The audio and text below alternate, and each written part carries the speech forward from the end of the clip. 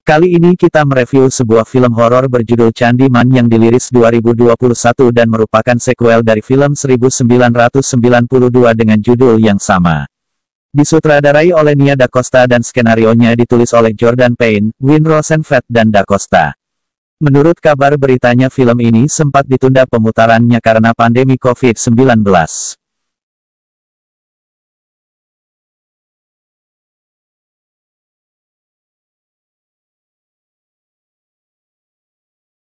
Halo teman-teman, kali ini kita mereview sebuah film horor yang berjudul Candyman yang dirilis pada tahun 2020. Awal cerita terjadi pada 2019, 27 tahun setelah peristiwa seniman visual Anthony McCoy tinggal di Chicago bersama pacarnya, yang juga merupakan direktur galeri seni Brianna Cartwright. Suatu hari di rumah Anthony kakak Brianna, Troy, berbagi cerita tentang legenda urban Helen Lille, seorang mahasiswa pasca sarjana yang diduga melakukan pembunuhan besar-besaran di awal 1990-an, yang terjadi pada proyek perumahan Cabrini Green ketika dia berusaha untuk mengorbankan bayi, tapi penduduk setempat mampu menyelamatkan anak tersebut sebelum Helen tewas dalam api dalam membakar diri. Dalam hal ini juga sering dilihat seperti dalam cerita perwayangan yang mengisahkan kejadian ini. Sementara itu karir Anthony pun tidak begitu cerah selama ini. Terinspirasi dengan kisah yang diceritakan oleh iparnya Troy, maka Anthony pun iseng-iseng pergi ke Cabrini Green untuk mencari inspirasi yang terkait dengan seninya. Saat sampai di tempat dia bertemu dengan Billy Burke yang juga tinggal di sekitar itu. Burke memperkenalkan diri dan juga merupakan pemilik binatu. Anthony dibawa ke tempat binatu tersebut dan ke ruang kerjanya. Burke pun mulai bercerita tentang apa yang dialaminya pada tahun 1977 bertemu dengan pria yang sangat menakutkan bernama Sherman Field, pria yang berlengan satu yang salah satu tangannya ada kait. Sherman dipercayai polisi sebagai pembunuh seorang wanita berkulit putih yang suka memberikan permen pada korbannya. Ketika itu Burke bercerita dia juga sempat diberi permen, dia terima saja permen itu dan berteriak dan polisi pun datang untuk melihat keadaan dan menolongnya.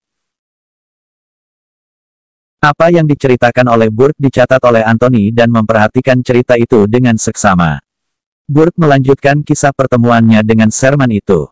Sherman datang dengan menembus dinding dan tertawa kepadanya. Burke ketakutan tapi Sherman memberinya permen.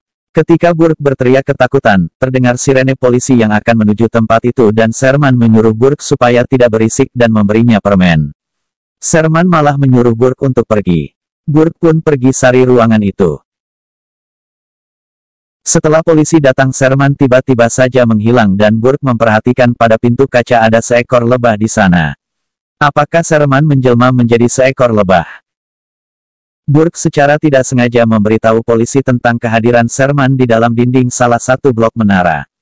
Akibatnya mereka memukuli Sherman sampai mati. Meskipun Sherman dibebaskan secara anumerta, legenda menyiratkan bahwa jika seseorang mengatakan Candyman 5 kali ke cermin, roh Sherman akan muncul dan membunuh pemanggil.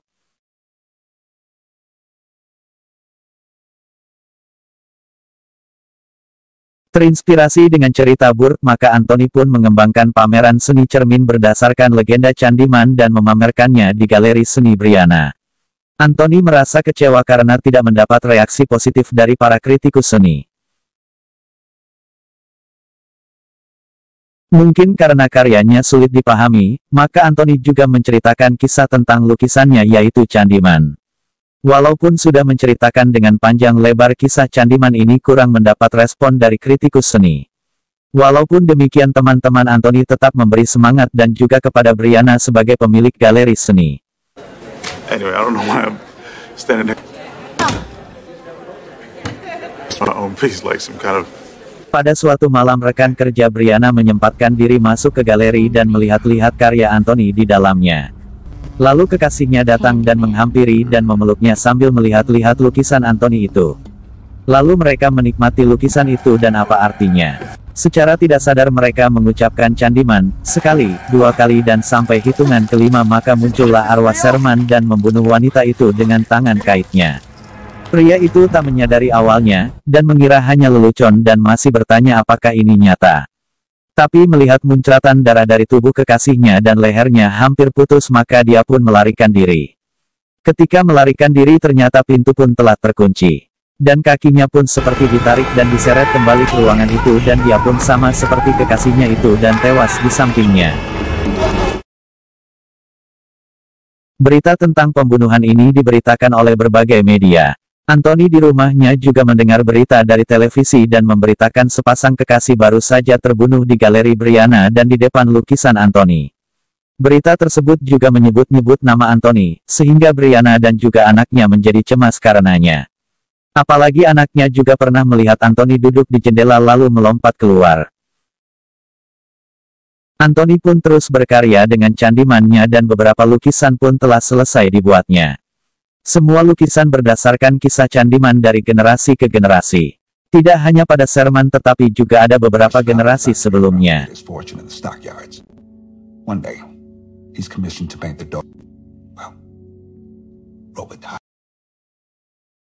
Ini adalah kisah 5 remaja di ruangan toilet yang mempunyai cermin di dalamnya. Mereka iseng-iseng dengan menyebut nama candiman sesuai dengan yang mereka dengar. Mereka sudah mengucapkan sampai 5 kali secara bersamaan. Mereka terkejut melihat kaca jendela terbuka secara serentak. Salah satu rekan mereka tidak melanjutkan dengan keluar ruangan. Tapi kemudian datang lagi teman mereka yang lain berkulit hitam tetapi langsung ke dalam toilet.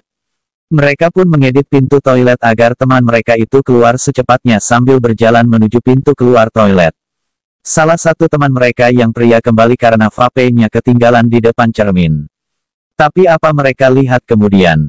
Darah mengucur di lantai, dan pintu toilet juga terkunci. Teman mereka yang ada di dalam toilet melihat tubuh temannya tewas satu persatu dari semua yang memanggil candiman tersebut.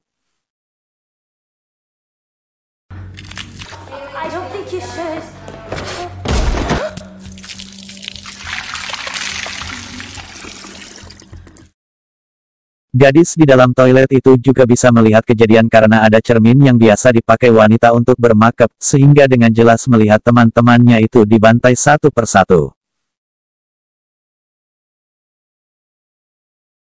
Anthony memperhatikan keadaan lengannya yang seperti sengatan lebah yang lukanya semakin hari semakin parah, seperti tubuhnya mengalami transformasi dan sekujur tubuhnya sudah tumbuh seperti koreng besar. Dan dia pun pergi ke rumah sakit untuk mengobati keadaan tubuhnya terutama tampak perubahan pada lengannya. Di rumah sakit dia juga melihat di televisi tentang terbunuhnya 4 remaja yang ada di toilet sekolah. Ketika perawat datang, lalu mematikan televisi dan memeriksa kondisi tangan Anthony. Anthony memutuskan untuk keluar sendiri dari rumah sakit, karena beranggapan bahwa penyakit yang ada pada tubuhnya tidak akan sembuh dengan pengobatan di rumah sakit. Keluar dari rumah sakit, Anthony pergi ke rumah ibunya, Anne Marie karena dia tahu sesungguhnya berbohong di mana dia dilahirkan. Anthony diselamatkan dari api ketika Helen meninggal karena candiman yang melakukan dan bertanggung jawab untuk itu. Anthony adalah anak yang akan dikorbankan dalam api, tapi Anne Marie tidak pernah memberitahu tentang hal itu karena Anne Marie ingin Anthony mempunyai kehidupan yang normal. Komunitas itu bersumpah untuk tidak lagi mengulangi kejadian candiman dan tidak menceritakan kepada siapapun.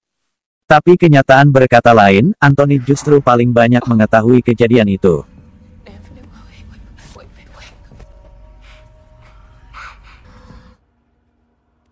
Khawatir tentang keadaan Anthony, Brianna pergi ke tempat binatu Burke. Dia pun langsung saja masuk ke dalam tetapi tidak menjumpai siapapun di situ. Akhirnya Brianna masuk ke ruangan khusus tapi ketika hendak keluar pintu tidak bisa dibuka, walau ada wanita lain yang sedang mencucikan pakaiannya tetapi tidak mendengar teriakan Brianna. Brianna dibawa ke sebuah ruangan dan tangannya telah diikat. Ternyata yang membawanya adalah Burke. Brianna sangat terkejut ketika melihat Anthony yang tubuhnya juga telah mengalami transformasi ke dalam bentuk lain yang korengan semua seperti disengat lebah. Burke menjelaskan kepada Brianna Anthony akan mengalami transformasi dan akan menjadi candiman selanjutnya. Brianna sangat ketakutan dan berusaha melepaskan ikatan tangannya. Dan Brianna melihat Burke memotong tangan Anthony yang penuh korengan itu karena telah bertransformasi dengan menggunakan gergaji.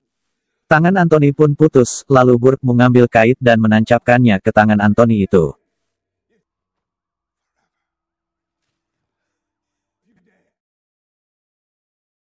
Brianna berhasil melepaskan ikatan tangannya dan keluar dari ruangan itu dan masuk ke ruangan seperti gudang. Burke mengejarnya dan berindap-indap untuk mendapatkan Brianna kembali. Tapi Brianna menendangnya sehingga Burke terjengkang dan ada pisau lalu menikam Burke sampai berkali-kali hingga Burke pun tewas.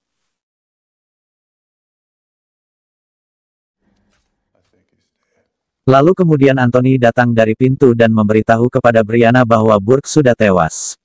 Brianna pun kaget atas kedatangan Anthony dan was-was melihat keadaan Anthony dan tetap menodongkan pisaunya kepada Anthony. Tapi keadaan Anthony ternyata sudah sangat parah dan tersungkur sehingga Brianna pun memeluknya dan menangis supaya bangkit kembali. Pada saat itu mobil polisi pun datang ke tempat dan langsung mendapati Brianna dan Anthony yang sudah tidak berdaya di pelukan Brianna.